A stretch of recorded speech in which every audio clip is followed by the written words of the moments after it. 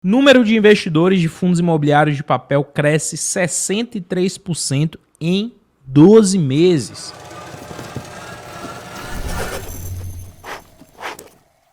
Embalado pelo cenário de juros elevado, a evolução dos números de cotistas de fundos de papel foi maior do que a observada entre fundos imobiliários de tijolos listados no IFIX, de 40% nos últimos 12 meses. No entanto, o cenário deve mudar no próximo ano, tá? Então, muita gente, né, ainda embalada pelos altos dividendos, principalmente ali de 2021, de 2022, que muitos fundos imobiliários de papel trouxeram, continuaram durante o ano de 2023 comprando fortemente fundo imobiliário de papel. Mas eu venho alertando, pessoal, a gente está no momento de virada de Selic, pessoal, a gente está no momento de inflação mais contida, o fundo de papel vai começar a sofrer, e é isso que vem acontecendo, né? Os dividendos de vários fundos imobiliários diminuíram, e isso fez afetar o preço de mercado, enquanto o mercado de fundo de tijolo está crescendo bastante, tá? Se a gente dá uma olhada aqui, tá? O crescimento nos últimos tempos, é bem interessante a gente ver isso aqui. Quais foram os fundos imobiliários que mais cresceram, tá? Em primeiríssimo lugar, e aqui só são fundos imobiliários de papel, tá? Fundos listados no IFIX também no período de 12 meses, tá o BTCI 11, fundo imobiliário de papel aqui do BTG Pactual, tá? Com um crescimento de 473%, tá? 473% no número de investidores em 12 meses. Por que esse fundo imobiliário cresceu tanto assim? Tá? Vou até compartilhar aqui para vocês, ó. É um fundo imobiliário que tem um preço de cota ali abaixo de R$10. Isso por si só já chama muita atenção de vários investidores. É um fundo imobiliário, outra coisa que é bem interessante desse FII aqui, que paga um dividendo alto, né? O último mês aqui pagou 10 centavos e nos últimos 12 meses 13% em dividendos. Então, toda essa questão de estar abaixo de R$10, de ser um fundo imobiliário administrado pelo BTG, que é muito reconhecido em mercado, tá? E de pagar um alto dividendo, traz aqui um alto reconhecimento, tá? Segundo lugar, CYCR11, outro fundo imobiliário de papel que cresceu 361% só esse ano. Vamos dar uma olhada aqui nesse fundo imobiliário de papel, CYCR11. É um fundo que segue as mesmas características do BTCI. R$ 9,30 o preço dele em mercado e pagou aí no último mês também 10 centavos, dividend yield de 13%, também características muito parecidas. Terceiro lugar, VGIR11, que cresceu 208%. Se a gente der uma olhada aqui agora no VGIR11, o que a gente vai perceber também? As mesmas características, tá? Fundo abaixo dos R$10, tá?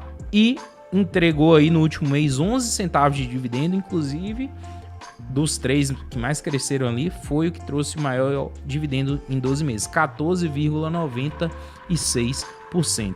Então percebam, tá? Percebam que nos últimos meses ali, o que veio crescendo foram fundos imobiliários de papel baratos, vamos colocar assim, baratos entre aspas, porque não é isso que diz que um fundo é caro ou barato, mas com preço de cota muito atrativo, abaixo dos R$10, e que pagam um alto dividendo.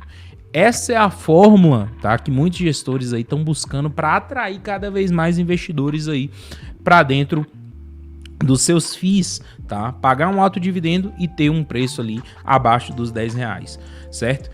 Mas o que a matéria traz aqui, que é importantíssimo a gente falar, é que nos próximos meses e anos, tá?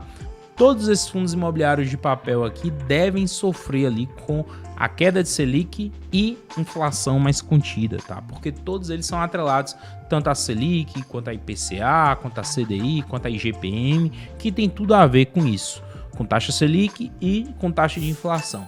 Então, nesse momento, qual é a minha maior recomendação, tá? Hoje, como eu estou fazendo e como eu digo aqui para os investidores fazerem nos próximos meses, buscar uma carteira de investimento bem mais voltada para fundo de tijolo. Mesmo que o seu dividend yield caia um pouco, não tem nenhum problema, o seu retorno ali em carteira deve ser bem interessante, certo? E aqui eu considero uma boa carteira de investimentos algo em torno ali de 70% a 80% em tijolo e 20% a 30% em papel. Você montando uma carteira nesse sentido, eu acho bem interessante, tá? Ainda tá aqui no Valor Invest, né? Compartilhando, beleza. Mas aqui abaixo, nessa mesma tabela, a gente pode perceber aqui alguns fundos imobiliários que foram, durante o ano de 2023 ali, centro de várias e várias polêmicas. Inclusive, a gente vai trazer uma delas daqui a pouco, tá? Vamos lá, ó. O IRDM11, fundo muito conhecido em mercado, cresceu somente 8,2% em 12 meses, tá? O RPR veio nessa mesma linha, cresceu somente 5,5%.